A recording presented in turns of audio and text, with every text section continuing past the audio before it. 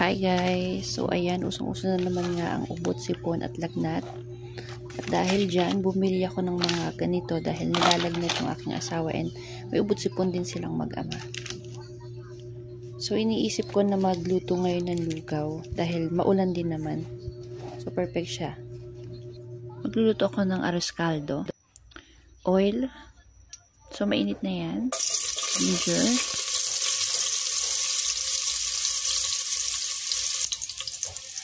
Bawang,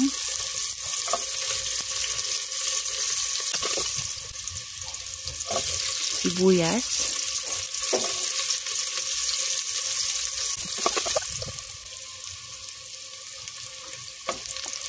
chicken. So ito may mga buto-buto para mas malasa.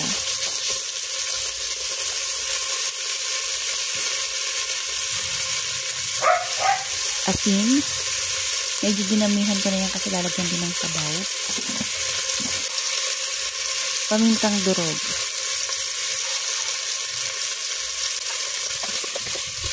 So, haluin lang siya.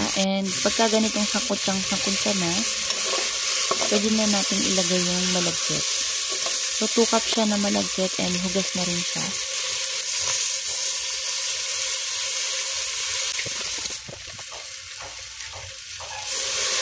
And nag-add ako ng 2 liters of water.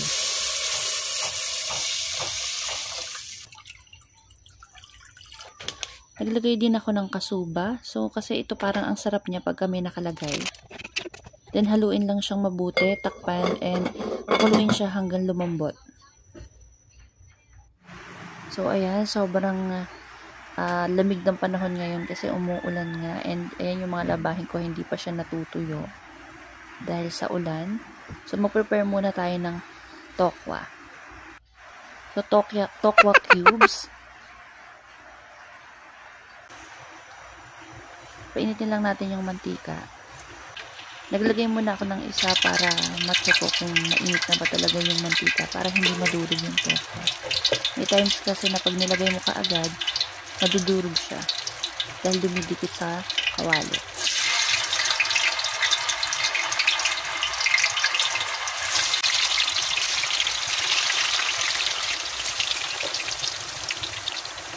Fry until light brown. Hindi naman kailangan sobrang tagal yung pagluto kasi luto naman na itong tokwa. For the sauce, toyo, suka, white onion, pwede rin yung pula,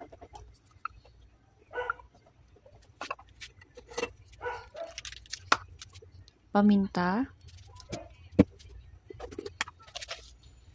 sugar to balance the taste. Then, i-mix lang natin siya ng maigi. You can also add sili. Hindi ako naglagay kasi may uboy asawa ko. Ihalo na natin sa ating tokwa. Then, i-mix lang natin hanggang magsama-sama yung mga flavors. And, yan, that's it. Sobrang dali lang na ating tokwa. So, perfect siyang i-partner sa ating arroz caldo or lugaw. Let's check our lugaw. So, ayan, malapot na siya. And okay na siya. So, after na nga namin kumain, naglambing itong aking anak at nagpapayakap siya habang nanonood. Kaya niya dumaldal na. What happened? And the narrator said no. Oh, kung mapapansin yung mga kamami, hindi ko talaga pinapakita masyado yung mukha ng anak ko dahil uso ngayon yung mga pido na kumukuha ng mga mukha ng bata tapos ipipi siya sa mga nude photos. And yun lang. Thank you. Bye-bye.